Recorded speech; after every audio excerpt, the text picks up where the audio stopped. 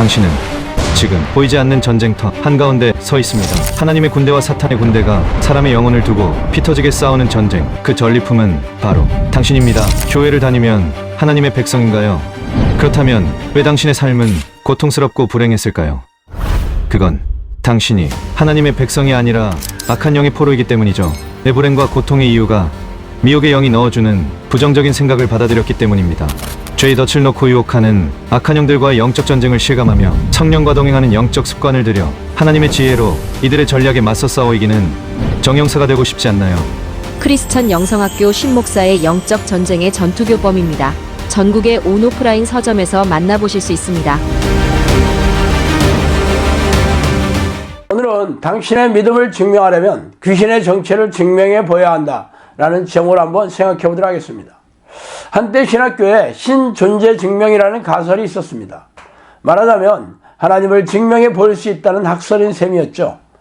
그러나 하나님은 이성적이고 합리적인 방식으로는 존재를 증명할 수 없다는 결론을 내리고 학교에서 사라져버렸습니다. 하나님의 영이시기 때문에 이성과 과학으로 무장한 지식으로는 알 수 없는 존재이십니다. 그러나 성경에는 하나님을 알 수 있는 수많은 방법들을 소개하고 있습니다. 물론 이성이 아니라 믿음을 장착해야 접근할 수 있는 영역입니다.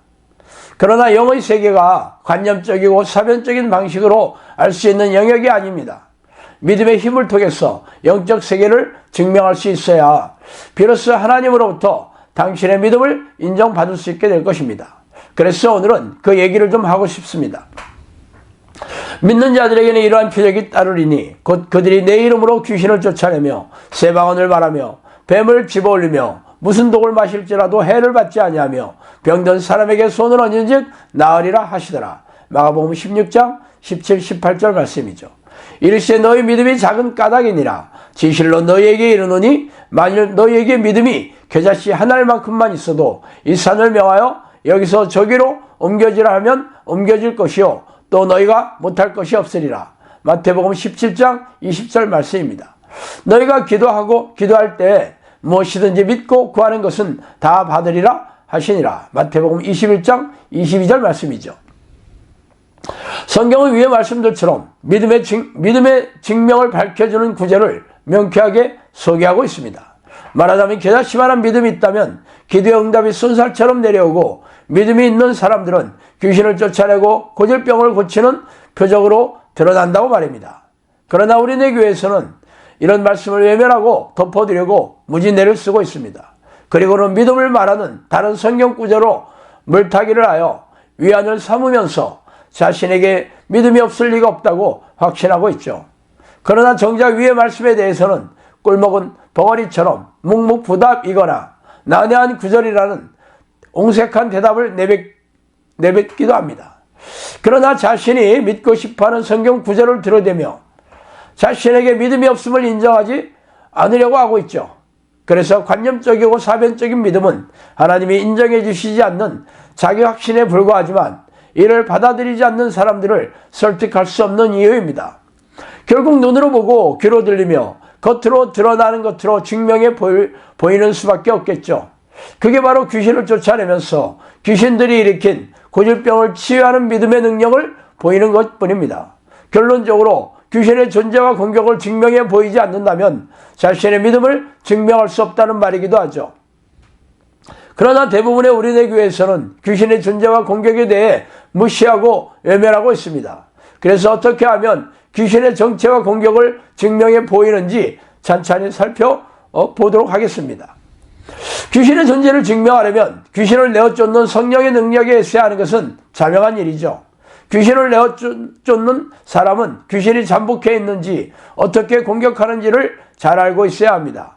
또한 귀신이 안에 집을 짓고 있는지 아니면 머리를 타고 앉아서 생각으로만 공격하고 있는지도 분별해야 할 것입니다.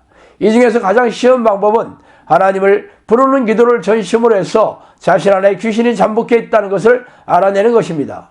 다른 이들에게 잠복한 귀신을 쫓아내려면 성령의 능력이 있어야 가능하지만 자신 안에 잠복한 귀신들의 정체를 알아내는 것은 하나님을 부르는 기도만으로 그것을 전심으로 해도 귀신의 정체가 드러나기 시작합니다.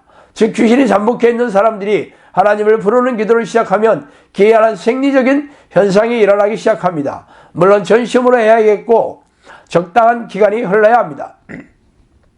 그러나 그리 긴 시간은 아니죠. 중요한 것은 하나님의 이름을 전심으로 불러야 한다는 것입니다. 그러면 침, 가래, 기침, 하품, 트림, 방귀, 헛구역질, 구토, 설사, 배변 등의 생리적인 현상이 일어납니다. 그러나 졸리면 하품이 나고 소화가 될 때 트림이 나는 등의 일반적인 생리 현상과 분별을 해야 하므로 날카롭게 관찰하시기 바랍니다. 이때 생리적인 현상이 드러내는 귀신들은 하급령들입니다. 그래서 하나님을 부르는 기도를 시작하면 무서워서 도망치면서 일어나는 현상이죠. 그 다음으로 중급령의 귀신들의 정체가 드러납니다. 중급령들은 그냥 도망치는 것이 아니라 몸을 공격하기 시작합니다.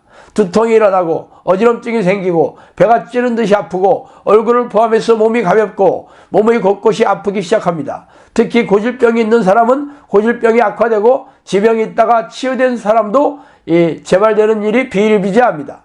어쨌든 중급령들은 몸을 공격해서 두려움을 주어 기도를 못하게 합니다. 그러나 고급령인 미혹의 영은 정체를 드러내지 않으므로 미혹의 영을 쫓아내지 못하면 귀신들을 죄다 쫓아낼 수가 없습니다. 미혹의 영인 고급령이 몸에 들어와서 집을 짓고 다른 하급 귀신들을 불러들이기 때문에 미혹의 영을 쫓아내지 않으면 무용지물인 셈입니다. 그러나 전심으로 하나님을 부르는 기도를 하면 몸에 잠복해 있는 귀신들의 정체가 드러나기 시작한다는 것만 해도 신기하지 않습니까? 그러나 여러분의 믿음을 증명하려면 귀신들이 잠복해 있다는 것을 알아낸 것만으로 그쳐서는 안 됩니다.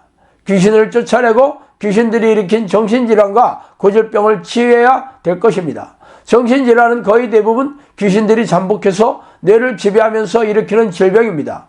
또한 고질병의 상당수도 귀신들이 일으킵니다. 그러므로 당신의 믿음을 증명하려면 정신질환이 있는 사람들에게서 축출 기도로서 귀신을 쫓아내고 정신질환을 치유하면 됩니다.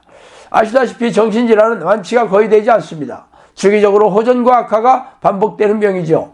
그러므로 당신이 축출 기도로서 정신질환을 완치한다면 당신의 믿음을 증명할 수 있는 명백한 방법일 것입니다. 우리네 주변에는 불면증, 우울증, 조울증, 강박증, 간질, 정신분열, 알코올 중독을 비롯한 각종 중독들의 정신질환자들이 널려 있으며 청소년들도 ADHD, 틱장애 등의 정신질환자들이 부지기수입니다. 이들에게서 귀신을 쫓아내고 정신질환을 치유한다면 얼마나 당신을 열렬히 환영하겠습니까? 성경을 보세요. 예수님과 사도들과 제자들은 예외 없이 귀신을 쫓아내고 질병을 고치는 기적과 이적으로 영혼을 구원하고 하나님의 나라를 확장해 나갔습니다. 그러므로 당신이 하나님께서 기뻐하시는 믿음의 소유자이며 천국에 들어가는 자격을 가진 믿음이라는 것을 증명하려면 귀신을 쫓아내고 고질병을 치유하는 증명을 보이시기 바랍니다. 아니라면 당신의 믿음은 관념적이고 사변적인 자기 확신에 불과한 허접 쓰레기 믿음에 불과할 것입니다. 오늘은 여기까지 하겠습니다. 감사합니다. 지우는 오랜 세월 교회를 다녔습니다. 주일 성수는 물론 봉사활동에도 적극적이었고 사업이 잘 될 때는 꽤 큰 액수의 헌금이나 11조도 빼먹지 않았죠. 하지만 그의 삶은 늘 고단했습니다. 그의 몸은 병마와 싸우고 있었고 가정은 깨졌고 마음에는 깊은 한숨이 자리했습니다. 어느 날 지우는 잠 못 이루는 밤에 우연히 유튜브에 동영상을 보게 되었는데 크리스천 영성학교의 신 목사님의 말씀을 듣게 되었고 이제까지 그가 궁금해했던 의문점들과 그의 삶의 문제들을 해결받을 수 있겠다는 희망을 가지게 되었습니다. 다음 날이 밝자마자 신 목사님의 나는 이렇게 기도해서 하나님을 만났다 를 주문하고 책이 도착하자마자 단숨에 읽어 내려갔습니다. 그리고 그는 자신이 그동안 열심히 교회를 다니고 희생적인 신앙 행위를 했어도 현재 내 모습이 내가 내 삶의 주인이 되어 하나님이 원하시는 뜻은 안중에도 없이 살았던 것에 대한 결과임을 알게 되었습니다. 책은 성경에 나온 대로 쉬지 않고 전심으로 기도하는 것이 하나님의 뜻이고 성령이 내주하시는 하나님과 동행하는 길이라는 것을 알려주었고 구체적으로 어떻게 삶에 적용하며 기도해야 하는지 신 목사님이 경험하며 열매를 맺은 실제로 했던 그대로를 알게 해주었습니다.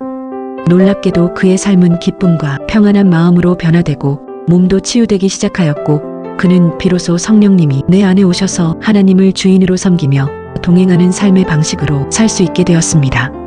크리스천 영성학교 신목사의 나는 이렇게 기도해서 하나님을 만났다는 당신의 삶을 놀랍게 변화시킬 깨달음을 선사할 것입니다. 지금 바로 이 책을 통해 하나님과의 깊은 만남을 경험해 보세요. 나는 이렇게 기도해서 하나님을 만났다는 전국의 온오프라인 서점에서 구입하실 수 있어요.